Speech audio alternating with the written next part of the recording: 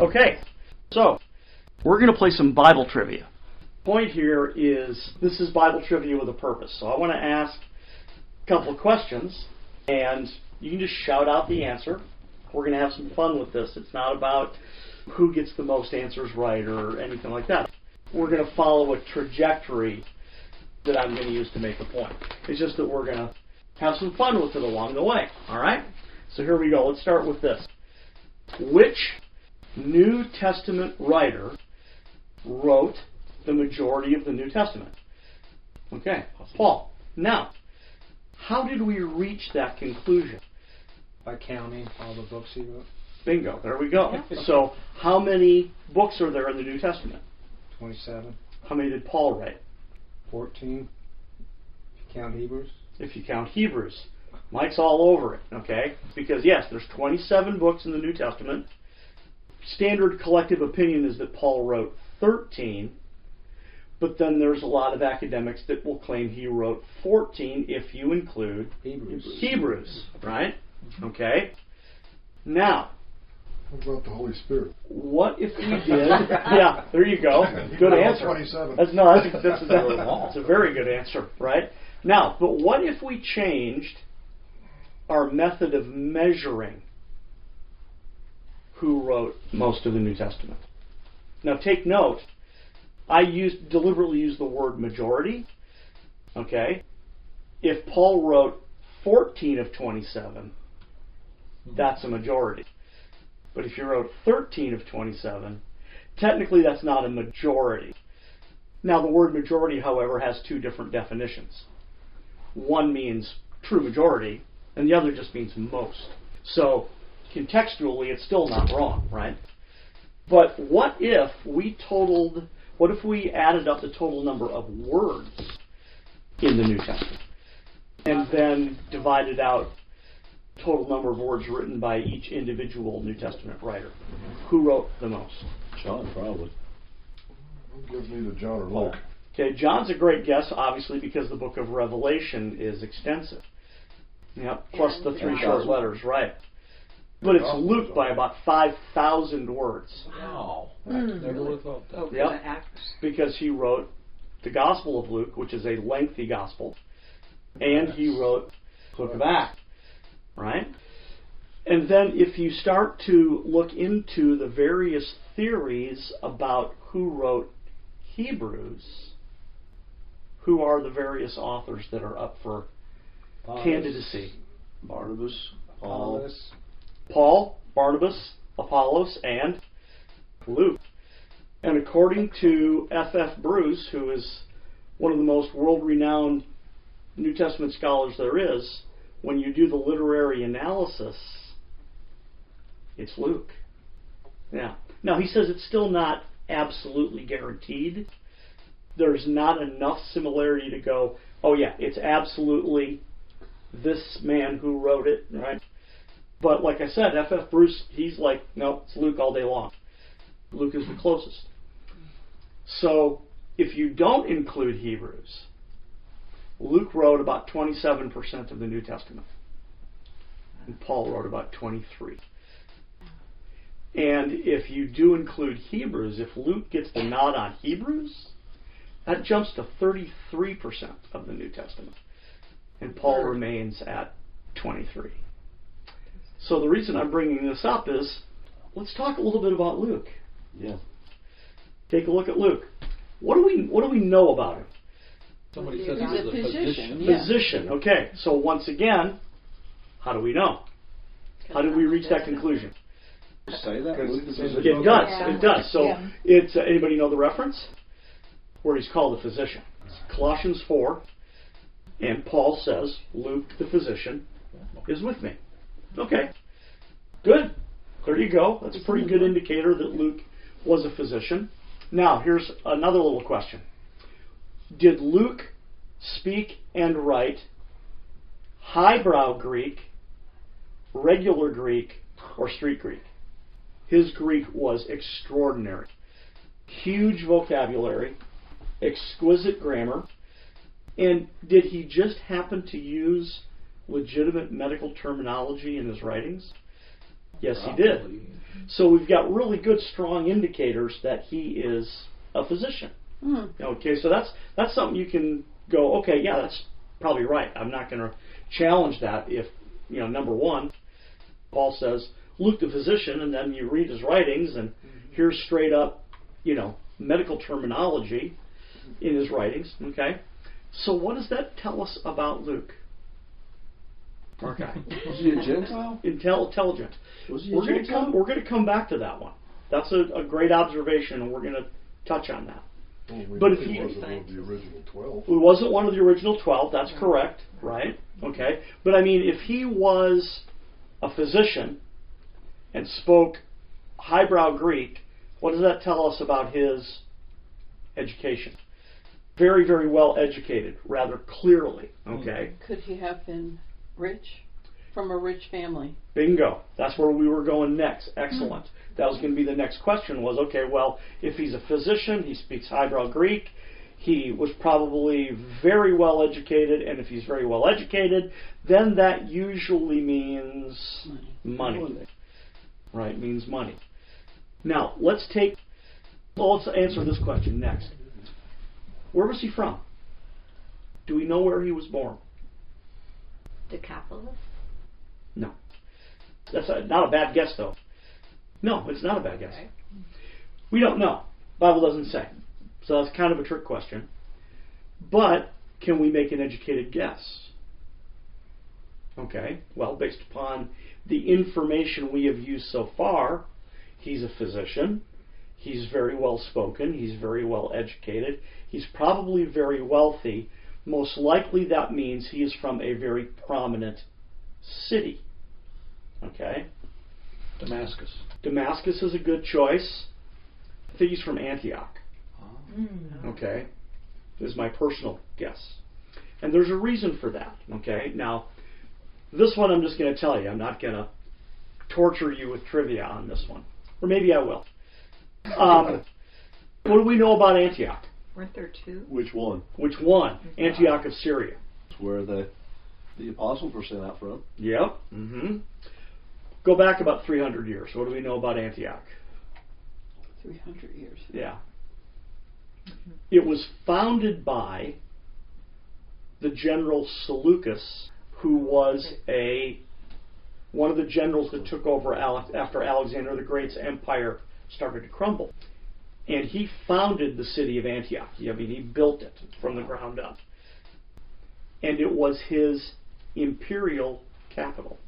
So it was an imperial capital in a Greek empire.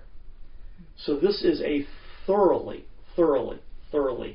Greek city. Okay? Now, if you fast forward to the time of the book of Acts, which is kind of what we're talking about here, the fact that, Luke wrote it, right? Traveled with Paul. Antioch is no longer an imperial capital of the Greeks, but it is a provincial capital of the Romans. The Roman province of Syria. Okay? Now, if I had something to draw on, I would, but you can just imagine this in your head. If my hand is the oval, is the Mediterranean, right? Syria is up over here in this corner. Okay? And then right next to it here is another Roman province called Cilicia. And the capital of Cilicia is Tarsus.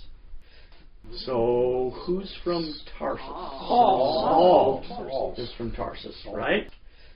So Antioch is a Greek-speaking city that is the capital of the Roman province of Syria.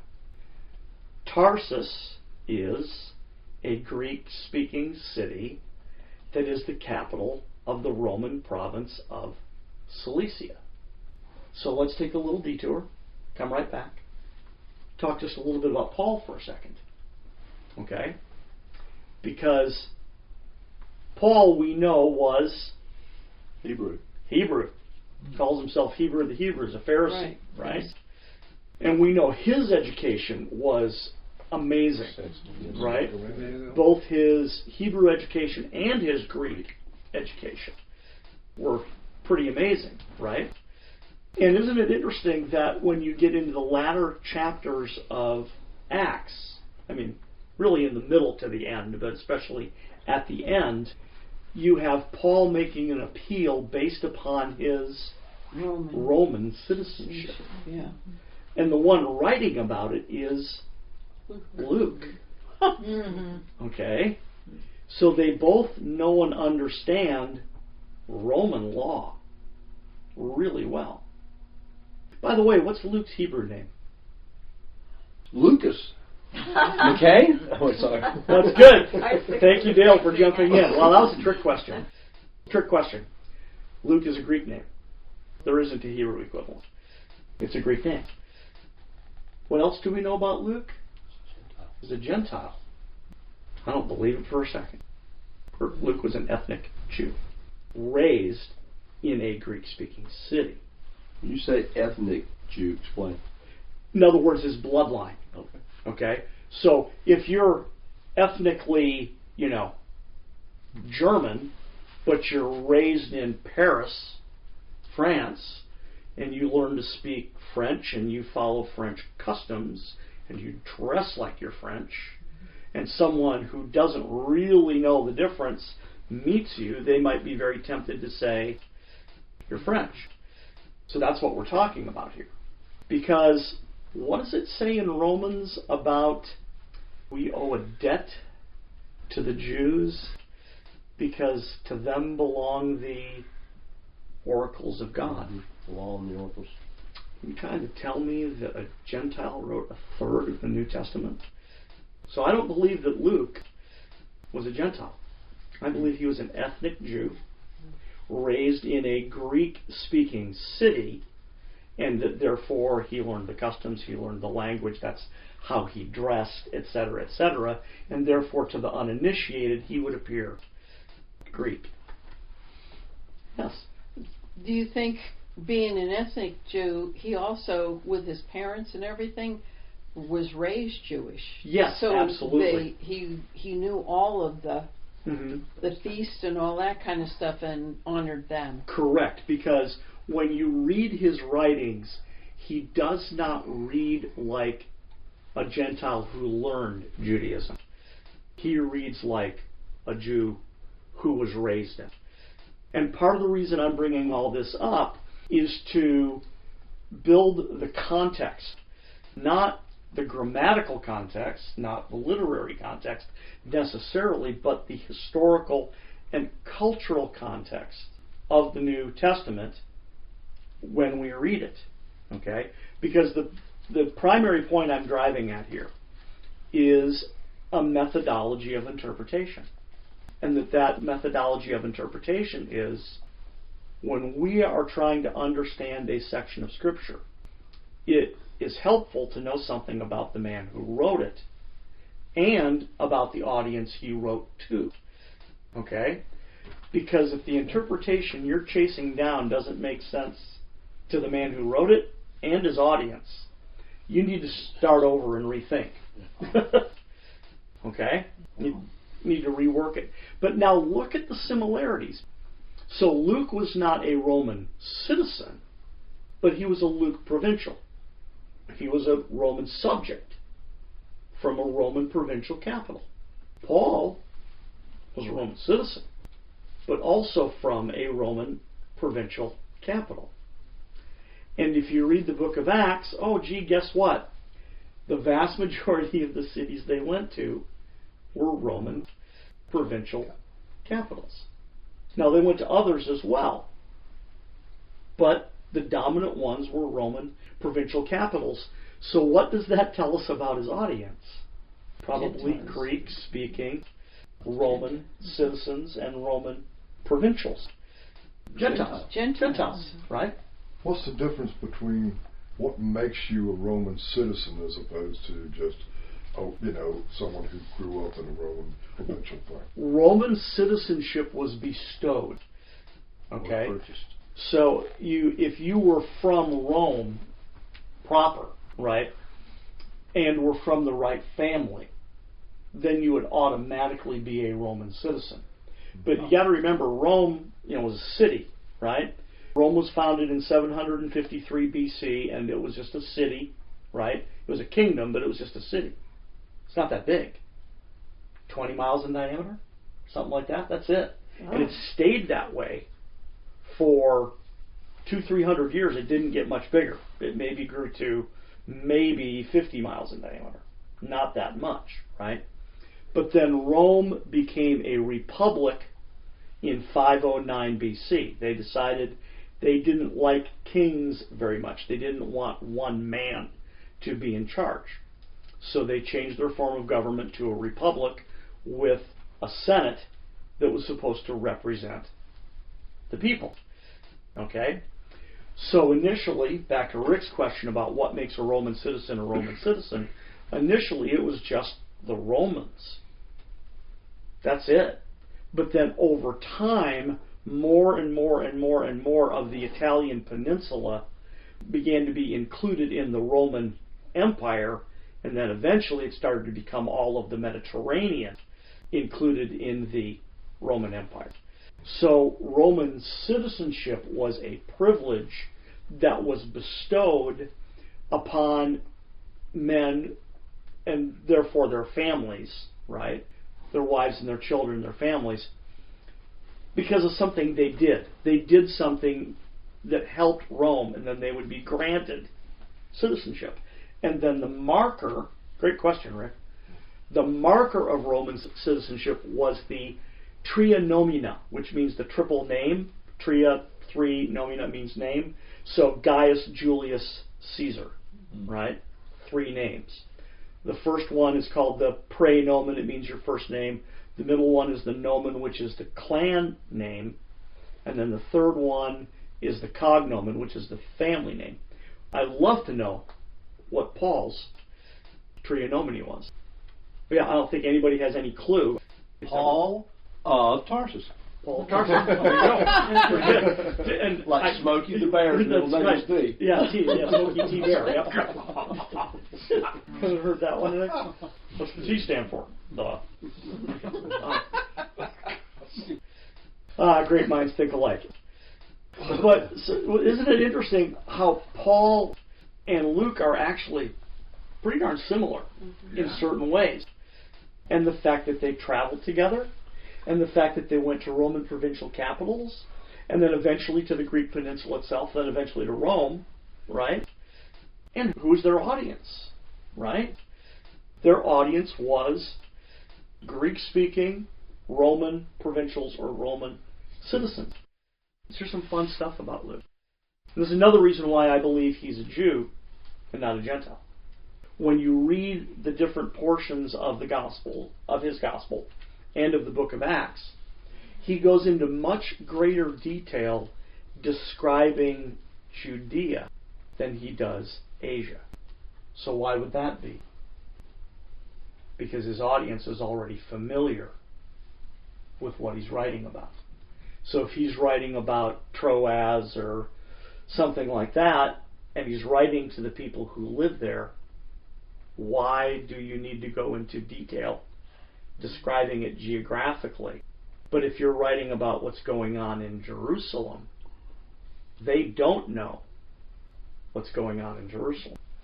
So you have to describe it in greater detail.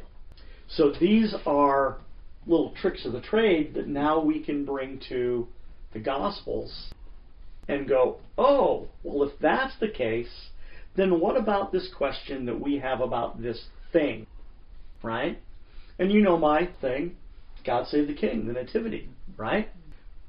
And two of the biggest questions you run into about the nativity, one out of Luke and then one out of Matthew, we'll talk a little bit about Matthew in a second, is this registration. Luke chapter 2, there went forth from Caesar a decree saying that all the world should be registered. Oh, it's census. Oh man, don't get me started on a census. Because it was and was not a census. Okay? Rhetorical question. Who here has ever either read an article, or maybe you heard a sermon, or maybe you had a conversation with someone where they're talking about the census, this particular registration, and someone says, oh, well, the Romans were experts at censuses and they were expert at taxation, and there's no record of this one ever existing, so it can't be true. Anybody ever heard that? Oh, okay. Because in this field, that is the common objection to this registration is the Romans were experts in census taking, they were experts in taxation, so therefore there had to have been a record. So because there's no record, then Luke is just full of it because, well, there are so many things wrong with that logic, it's hard to get started, okay? Because number one, ancient history just was not like modern history. They didn't necessarily write everything down, for one thing. Even if they did, they didn't always take meticulous notes that on this day, that didn't always happen. And then even if they did, papyrus rots and clay tablets dry out and fall apart. So there's always the possibility that the record existed, it just doesn't anymore, right? But it turns out, I'll just give you a brief little description here. Under the Roman Republic, okay, they had two leaders called consuls, effectively a president, that were elected for a one-year term. And there was two of them. The idea being they would be a check and a balance against each other so that you couldn't have one man in charge, just like why they got rid of kings, right? It was the highest elected office in the Roman Republic. But it wasn't the highest appointed office. The highest appointed office was the censor, the man who took the census. And it was a religious procedure, so that once they had the full count, he made sacrifice for the Roman people in the temple of Jupiter Optimus, or whichever temple happened to matter at the moment, right? But it's very interesting that the Romans were very serious about their census taking. Now, one of the things we need to remember is that that's under the Roman Republic. By the time you hit about 100 BC, the Republic is starting to fall apart very quickly, and by the time you hit 27 BC, you have the Roman Empire. It's not a republic anymore. So there's no more elected consul. I mean, there is, but Augustus is Caesar. Augustus is emperor. Augustus gets what he wants. Therefore, the elections, there were still consuls, and they were still elected, but he was princeps. He was the first citizen. He was always going to get what he wanted. So it's really interesting in the history of the 1st century BC which powerful Romans had censuses and which didn't. It went back and forth. Some guys did it, some didn't, blah, blah, blah, blah, blah. Augustus did 2. He did one in 27 BC when he was appointed Augustus, and then he did another one on the 25th anniversary of when he was made Augustus. And we actually have a date on this. He was going to be given the title Pater Patriae, which means the father of the country. And it's a huge, huge honor, right? It was going to be on the 25th anniversary of his reign. It was also going to be the 750th anniversary of the founding of Rome. And it was also his 50th birthday, which means it was in 3/2 BC. It was going to be confirmed at the Festival of Concordia in February of 2 BC, which means the decree went out in the spring of 3 BC. So the point of all that is, we've kind of nailed it down, finally, what this thing is. But the reason I bring up all the stuff about Luke and how he wrote and who his audience would have been is this would have been an empire-wide registration, okay? And if he's writing to primarily Greek-speaking Roman citizens and provincials in Asia Minor, he doesn't have to tell them, doesn't have to remind them of something they lived through. like I said, he would write in more detail about Judea than he would about Asia Minor, because they lived through it. Well, there are records of this registration in Asia Minor. There's no records in Judea, but there are records in Asia Minor, literally etched in stone. And we know that this actually went out in the spring of 3 BC, right?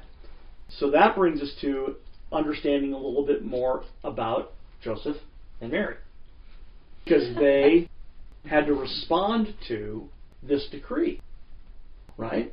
And this is another one that people always go, well, it had to be this and had to be this because this is how the Romans did it, and they usually have not done their homework, and therefore they don't get it right.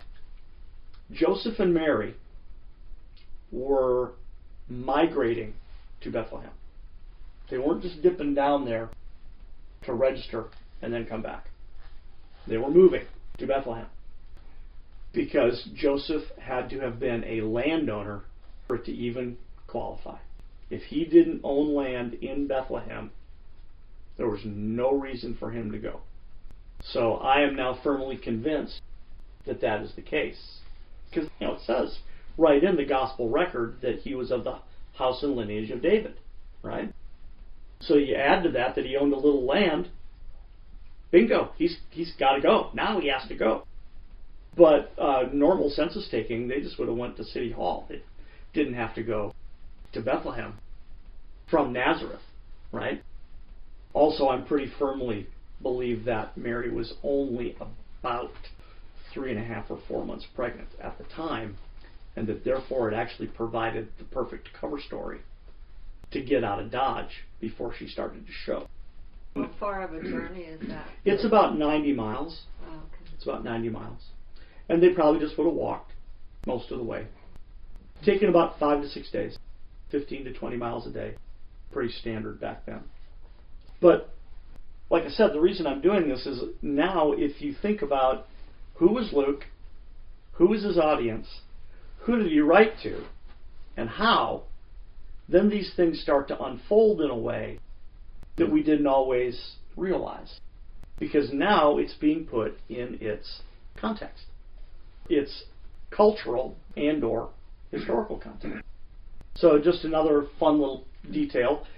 I said that's one of the huge questions about the nativity story is Luke's census. Another big one is in Matthew 2. Who were these wise guys? Who were they? Probably not 3. Okay? Caravan. Yep, caravan, absolutely.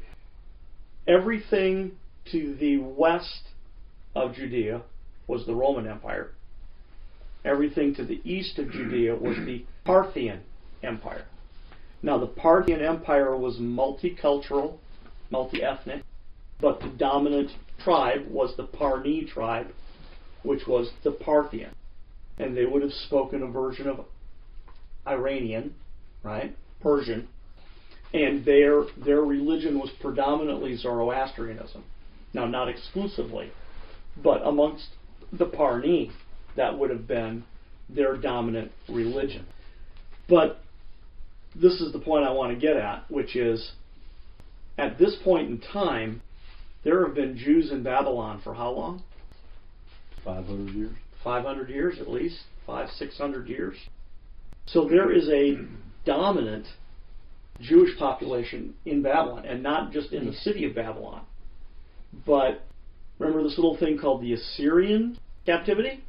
Where they took the northern kingdom captive and took everybody and scattered them? Because that was Assyrian foreign policy, was we conquer this area and we take captives and we spread them out all over here, and then we take captives from here and we bring them. Okay. Trivia question. At the time of the birth of Jesus, were there more Jews in Israel or outside of Israel? Probably outside of it, knowing the size of it. Outside, right? And most of them were to the east, not the west. Not that there weren't Jewish communities to the west, because there were, but the majority of Jews in the world at that time were scattered throughout Mesopotamia. Well, that was the land that Shem inherited and Abraham inherited. Yep, absolutely. I'm talking further east. But the point being, if we apply the same principle now to Matthew, right, who is widely recognized as having a Jewish audience, where were all the Jews he was writing to?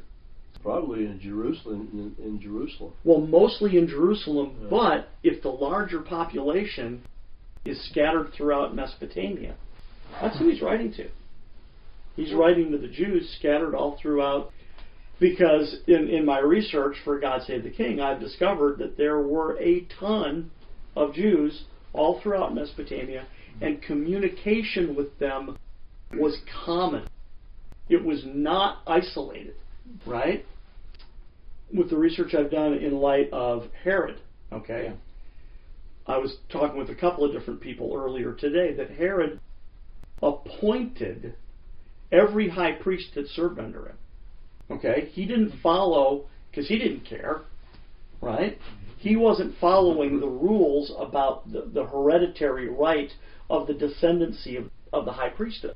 That's why there is speculation why it was Zechariah that got chosen by Lot to perform the incense offering, is because he probably should have been the high priest if they had followed the rules, right? Which means that John the Baptist would have been high priest if they had followed the rules. Wow. Now that's speculation, but it makes complete sense in light of the fact that the office of high priest had been politicized for so long, up until this point of time, right? That if you unravel all the nonsense and then you see what God is actually doing in the record, right? And the lot is in the lap of the Lord, Zechariah gets chosen, and not remotely making light of the visitation of Gabriel. That was extraordinary. But that day would have been the pinnacle of his career regardless. Even if Gabriel had not appeared to him, that would have been the absolute pinnacle of Zechariah's career. The most important day, because you could only do it once. Once you had offered incense, you had to unvolunteer yourself from then on. You never got to do it again. That was it. But just the reason I'm sharing all this is because, as you all know, and as I've said many times, God Save the King it's my wheelhouse, and I love unraveling the mysteries of what the nativity really would have looked like. And something else about this registration for a second. Go ahead. Comment, question? Yeah, so Zacharias, but he went into... He only went into the holy place. Not into the holy... Not into the Holy of Holies. Right, that was my question. Right, okay. Yeah. But the great honor of an incense offering is pretty stunning, right? Very, very stunning for him. Back to the registration thing, by the way. When Caesar would issue a decree, in Greek it had a certain label. It was called an evangelion, which is the Greek word that we translate good news.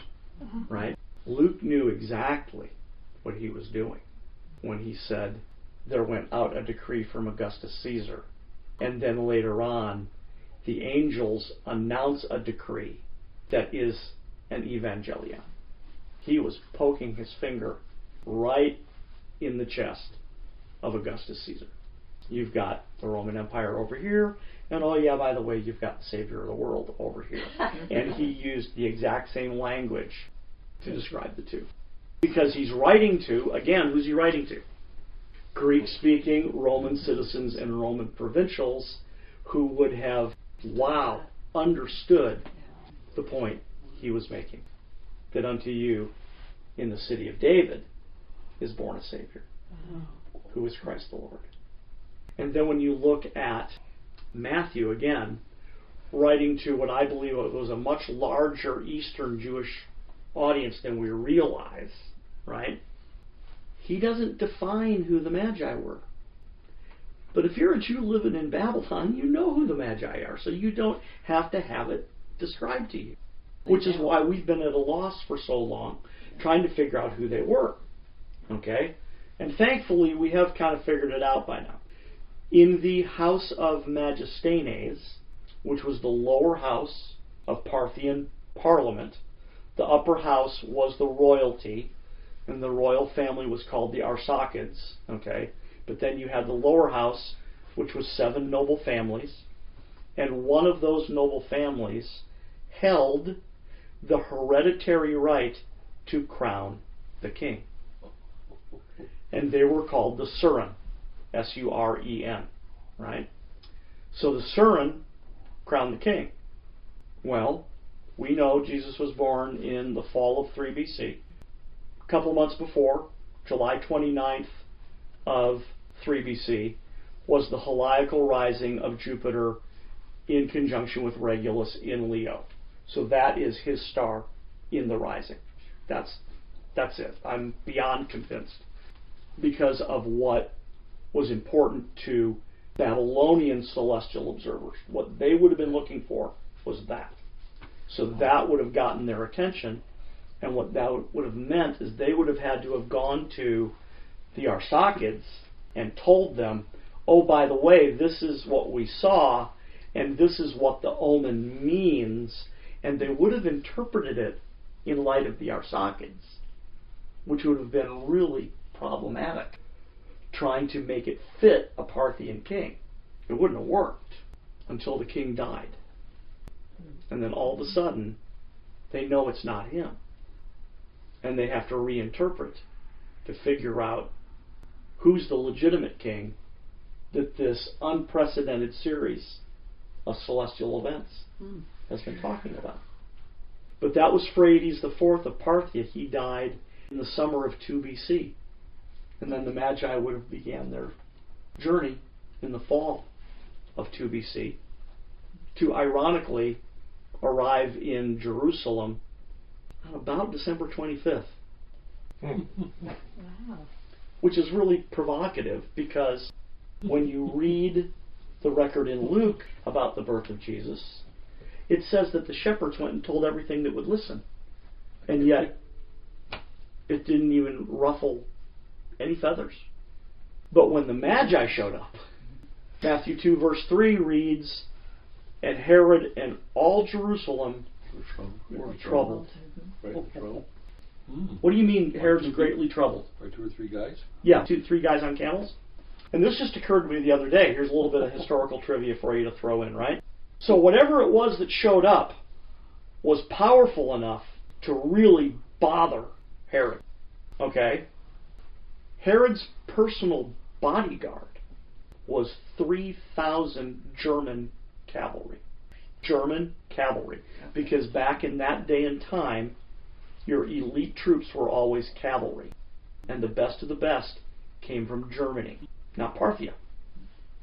Not parting shot? Not parting shot. Yep. Connecting the dots.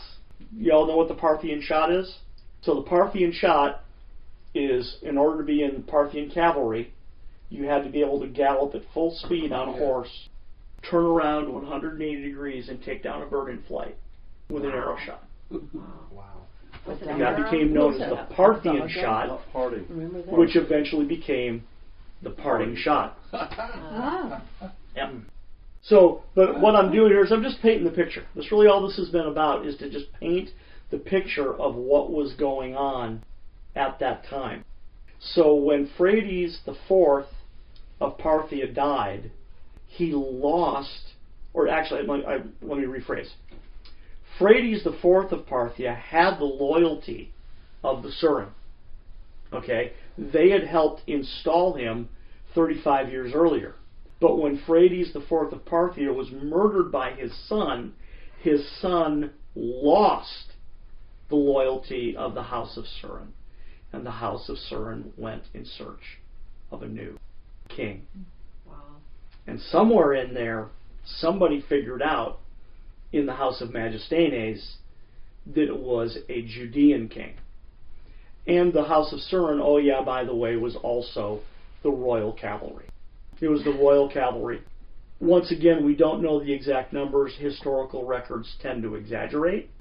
But at a bare minimum, you're looking at probably 5,000 cavalry that showed up. Wow. And it may have been a lot more. And the only reason I say that is because historical records do tend to exaggerate a little bit. But there's one record I'm aware of where the House of Surin met a Chinese envoy on the eastern end of the empire. And the Surin, by the way, were all from what is now Pakistan and Afghanistan. That's where they were from. The House of Surin. That was their homeland. There are some very provocative connections in there. But they sent an escort to a Chinese envoy, and the record says there was 20,000 cavalry for the escort. So, once again, don't know that that's absolutely accurate, but it tells you what they did. So I think it was in your research that you shared with me that the Parthians and the Jews had just had a major war before that. Well, much earlier. Okay, so the background on Herod the Great, because the whole point of the title God Save the King is it's a pun, right?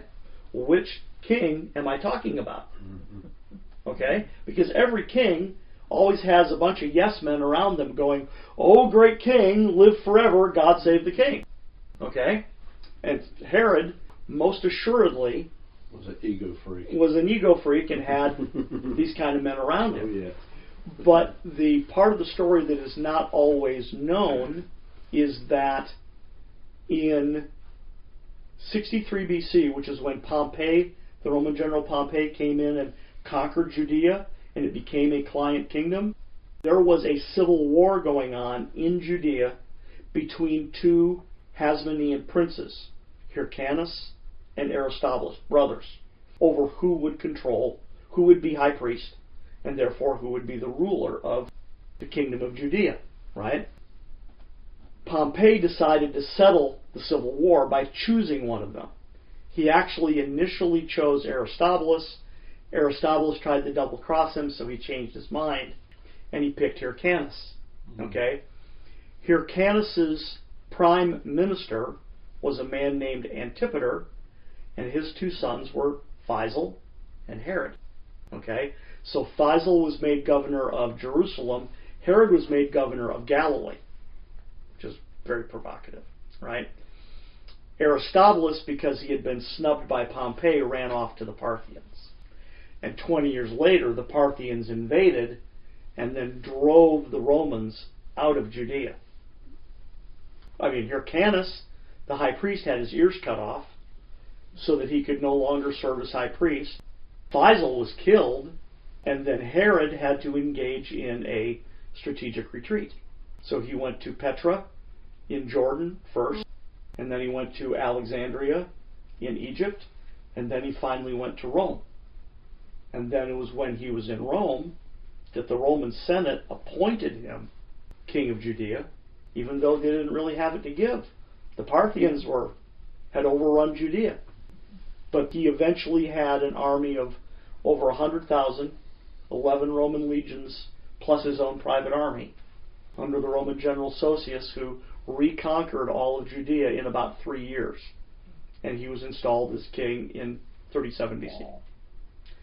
But that helps us understand the context of when the Magi show up. Yeah. Right? Yeah. So once again, if it had been 3 guys on camels, Herod's one of the shrewdest political operators that's ever been. He's going to just make them disappear. It's not going to matter.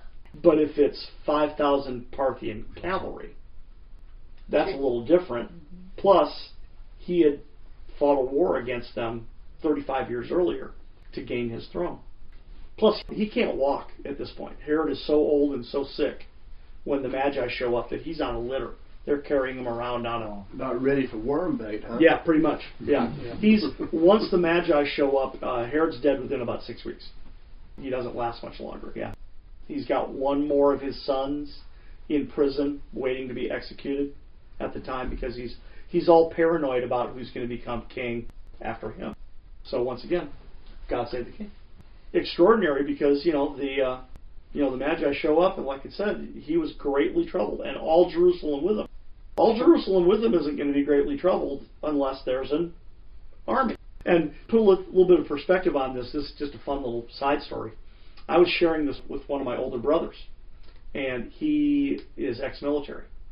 And I had actually told him this story several times. So I was surprised, didn't remember it when I was finally telling it to him one more time. And as I'm putting the pieces of the puzzle together, he says, the wise men. He goes, that was an army, wasn't it? And this is my brother Jim, right, who's an airborne ranger. And you can see the gears churning in his head when he said, well, how many was it? And I said, somewhere between about 5 and 20,000. We're not exactly sure. And he goes, oh my God. He said, I remember when we did this battalion review one time in Germany, and we had 16,000 guys had to march past. So his brain is just blowing up because he can see it, of what this would have meant, of what would have shown up. And those, so the number, even if it's inflated with the cavalry, they had all the people taking care of them. Right. It wasn't just them on a horse. You can't travel that far unless you got a contingent supplying you and taking care of it. So marches on his belly. Yep. So a little extra context.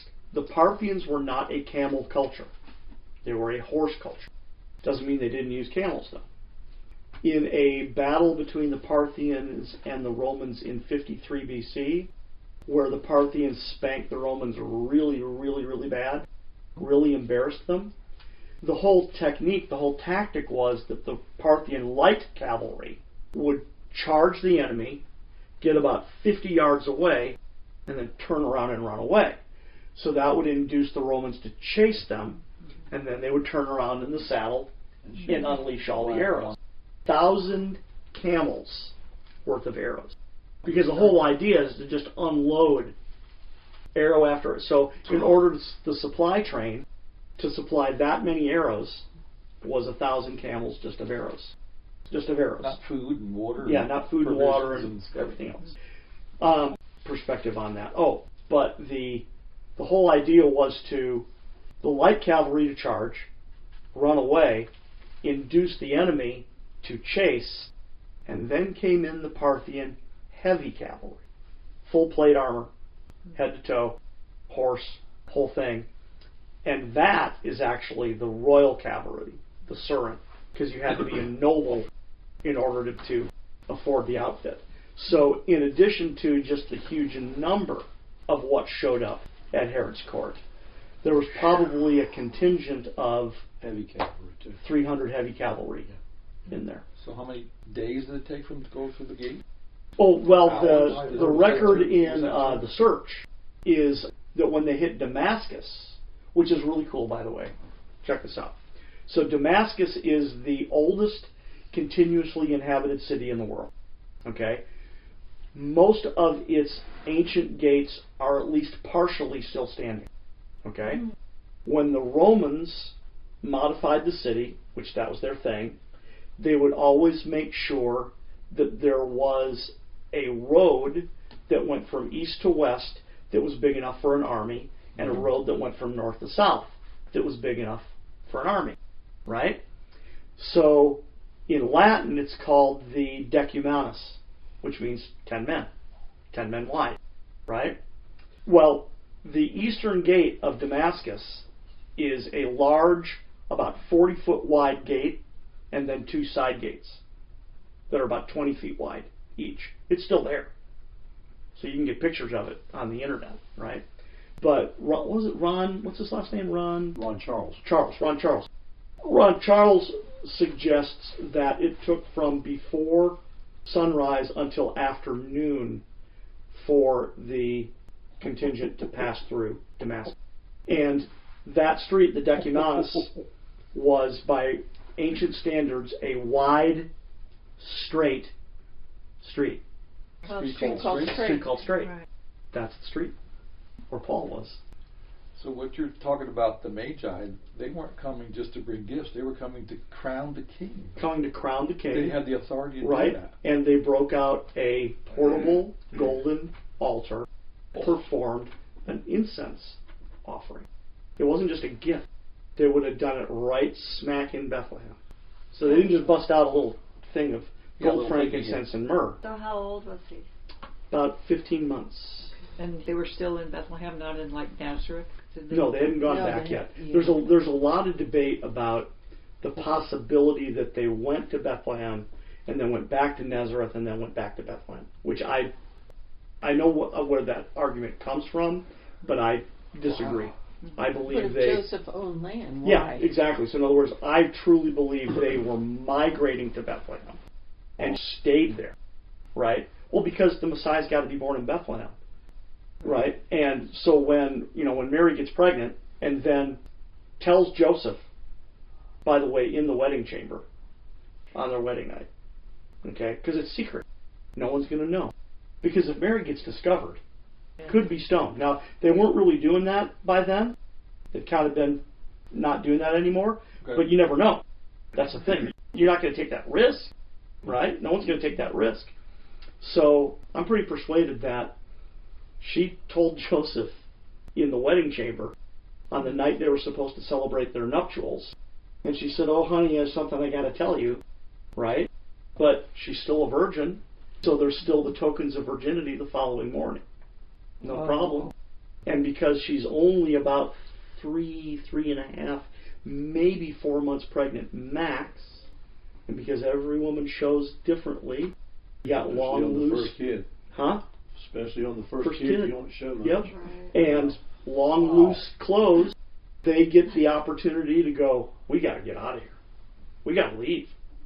And just so happens, at the exact right time, a decree from Augustus Caesar says, all the world needs to be registered. And they went, bye Nazareth, see you later, we're moving, we're going home. So the Messiah can be born in Bethlehem, according to prophecy. When we first started about the possibility of Luke writing Hebrews, well now, if Luke did Hebrews, you've got your hardwire to the fact that he was Jewish. Yeah. I mean, there's no way a Gentile could write Hebrew. Amen. Well, just with what he wrote in Acts and his knowledge of what happened in the temple, he had to have been in the temple area to have written all that stuff. And if he was a Gentile, he probably would not have That's a been. good point. Yeah. Yeah. That's a good point. Yeah. Yeah. No, he clearly had intimate knowledge. And like I said, when you read the Gospel and Acts, it doesn't read like someone who learned about it. It reads like someone who was raised in it. Okay, was he a disciple of Christ when Jesus was walking? Not a 12, but was he one of the disciples? No, he was not one of the 12. Was he a disciple, though, to have written the story of Jesus' life? Or did he just get it by revelation of the Spirit? His primary source was Mary. He knew Mary. Mary, the mother of Jesus. Luke knew Mary. So he had to be a disciple of, there's 500 witnesses at one time. Right. To Christ. A lot of this is, what we call speculative theology, where we can't know for sure. Certain things look right. There's a theory that the two disciples on the road to Emmaus, Cleopas and Luke. Is the book of Luke the one that says, and Mary kept all these things in her heart? Yes. And pondered them. Yeah. Um, Well, ladies and gentlemen, I didn't have like some big, huge final point. I wanted to just kick around a lot of really fun ideas about, Bible trivia, about Luke, about Matthew, about Paul, about how they think, about where they were from, and to put in, these various ideas that we don't always think about, but it just helps us, receive a better picture of what this would have looked like. That's really, you guys have known me long enough that this is really what I'm after with the Nativity, is to get a mind picture of what this really would have looked like. And I'm not trying to, grind anybody's gears, but, in contrast to this quaint packaged story that we hear all the time, when the real story is just so much more epic and dramatic and everything. Yeah. Just everything. Thank you. Thank you. Yeah. Lord, thanks for this wonderful night. Let there be many more to come for all of us at not only this location but other home groups throughout the world. Lord, raise up the Book of Acts people again.